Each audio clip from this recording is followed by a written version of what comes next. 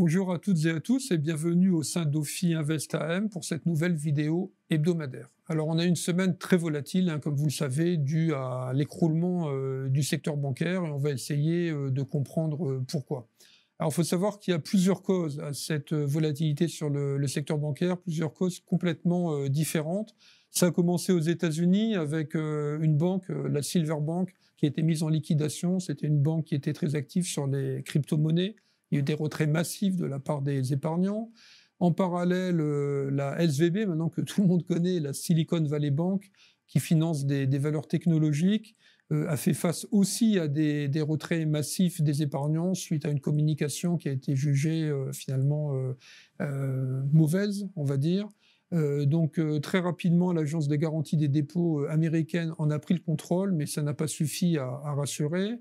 La Fed a garanti les dépôts de la SVB, a offert des prêts à toutes les banques pour faire face éventuellement à des retraits, mais dans le même temps a fermé une troisième banque, la Signature Bank, qui elle est la 21e banque du pays, donc ça faisait quand même beaucoup de problèmes bancaires en peu de temps. Pour pas arranger les choses, en Europe, le Crédit Suisse, qui lui est beaucoup plus connu, avait accumulé les mauvaises nouvelles depuis de nombreuses années, mais particulièrement au mois de mars. Et le cerise sur le gâteau, la Banque nationale saoudienne, qui est son principal actionnaire, a décrété qu'elle ne participerait pas éventuellement à un renflouement, une recapitalisation de la banque si c'était nécessaire. Donc immédiatement, les investisseurs ont vu ressurgir le spectre de 2008, la crise de Lehman Brothers, et sont sortis massivement du secteur bancaire la semaine dernière, provoquant des écroulements de banques qui, elles, sont beaucoup plus solides, mais enfin, on va dire, dans notre jargon, on a jeté le bébé avec l'eau du bain. Ce week-end, les autorités suisses et d'ailleurs toutes les banques centrales ont essayé de rassurer. Les autorités suisses ont provoqué, on va dire, le rachat de Crédit Suisse par UBS pour 3 milliards d'euros.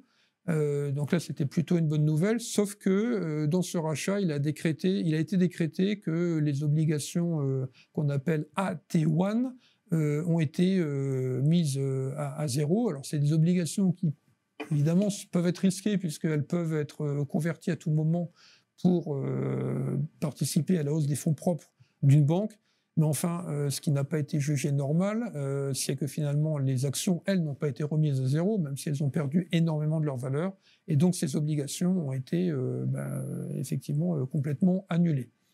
Donc, le lundi matin, on a ouvert en forte baisse sur les marchés actions, mais sur les marchés, sur le secteur bancaire, en considérant notamment que ce qui avait été fait en Suisse pourrait être fait partout dans le monde, avec ces AT1 qui perdaient finalement de la crédibilité, donc qui rehausserait le coût de financement des banques et par conséquent le coût de financement de l'économie.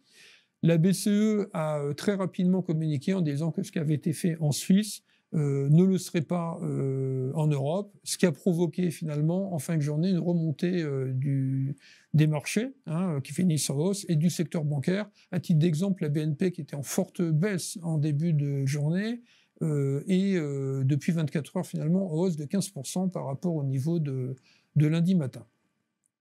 Donc le calme est revenu, mais enfin ça a laissé quand même des stigmates et une volatilité toujours très forte sur les marchés. En parallèle, les banques centrales, toutes les banques centrales, dimanche, s'étaient réunies pour renforcer les lignes de swap en dollars, c'est-à-dire faciliter l'accès en dollars pour toutes les banques commerciales. Donc on voit bien que, contrairement à 2008, la crise de 2008 a servi d'exemple, et immédiatement les banques centrales se sont coordonnées, et d'ailleurs l'État suisse aussi. Alors tout ça a entraîné des modifications d'anticipation des attentes des politiques monétaires, puisque effectivement on peut se dire que c'est quand même quelque part la hausse des taux qui a provoqué, même si c'est pas la seule raison, les problèmes du secteur bancaire. Donc les anticipations se sont un peu détendues, bien que très volatiles, et on attend maintenant des taux courts aux États-Unis de la part de la Fed qui pourrait remonter de 25 à 50 points de base d'ici le mois de mai, atteindre 5,25%, puis une détente quand même de 100 points de base d'ici 2024. En Europe, on attend maintenant une petite hausse de la BCE de 25 points de base d'ici l'été, à 3,25, puis finalement un maintien des taux courts à ce niveau pour toute la fin de l'année. Les taux longs se sont énormément détendus. Nous, on considère qu'ils se sont détendus de manière un peu trop vive, qu'on pourrait avoir à nouveau des craintes inflationnistes ou des craintes de politique monétaire un peu plus dures que ce qu'on attend finalement. Et on considère qu'à ce niveau de taux long, on préfère être en duration négative après avoir profité de la tension sur les taux pour racheter de la duration le mois dernier. Les marchés actions, vous savez que depuis la fin janvier, on avait émis une recommandation plus prudente. On était légèrement négatif sur les marchés actions. Aux États-Unis, ils se sont pas mal repliés depuis cette recommandation, mais en Europe, pas beaucoup. On a hésité hier, pour être franc, face à la forte baisse en ouverture du marché, mais ça n'a pas duré. Et finalement, depuis fin janvier, les marchés européens se replient de 1 à 1,5%, ce qui n'est pas suffisant selon nous pour revenir à une recommandation neutre, parce qu'on pense qu'il y aura encore de la volatilité et des occasions de revenir sur des niveaux légèrement inférieurs. Ça aurait pu être hier, mais ça n'a pas duré suffisamment longtemps pour qu'on repasse à neutre. Les marchés, comme vous le savez, évolue très vite et on aura l'occasion de refaire le point de toute manière la semaine prochaine et je vous souhaite à toutes et à tous d'ici là une excellente journée.